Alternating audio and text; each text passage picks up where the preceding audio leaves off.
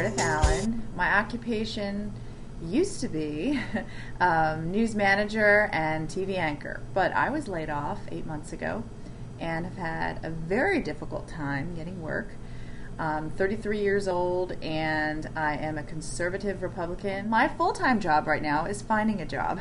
I had 2 meetings in the last 2 weeks that have been really good, so I'm pretty excited about that, but it's a little crazy. If you would have told me last year this time that I'd be out of work for nearly a year after losing my job, I would have laughed. After applying for hundreds of jobs and not getting anything, not even like a retail job or whatnot. Last year this time I was living in a very large single home on the lake, and now I'm living in an apartment with a roommate. I'm collecting unemployment and it's not enough for me to survive, so I'm doing my best to appreciate the kindness of my family. I actually considered moving home with my parents, but at 33, I decided I'd rather struggle a little while longer and deplete all my life savings. You know what? There's reverse prejudice, because with all my managerial experience, people are constantly telling me I'm overqualified. Recently, I was sent out to a job at a law firm, which I thought would be really cool, only to find out when I arrived it was a secretarial position. The entire lobby was filled with women wearing full suits, not to see the lawyer, but applying for the secretarial position. The phone at the office was ringing off the hook.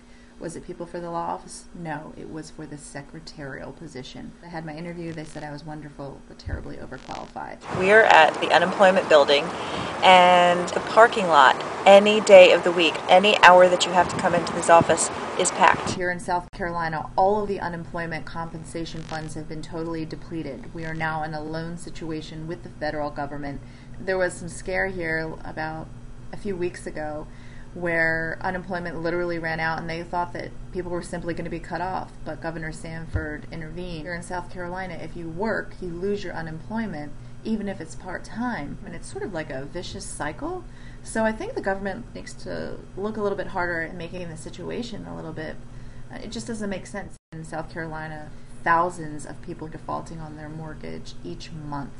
So that number really scares me. Where are all these people going to live? How are they going to survive? I do not think we're headed for a depression. And I think the media, people like myself, have really blown this out of proportion and its domino effect. It's scary times, but I also think that we have a lot to do with saving the situation, with proper reporting, and reinventing how we do things. I've had at least 9 friends at my last TV station laid off after I was laid off. I know friends in Philadelphia television that were laid off. Every station in Columbia, South Carolina is in a hiring freeze, so I have to be realistic about A, possibility of moving, and B, reinventing what it is that I'm going to do.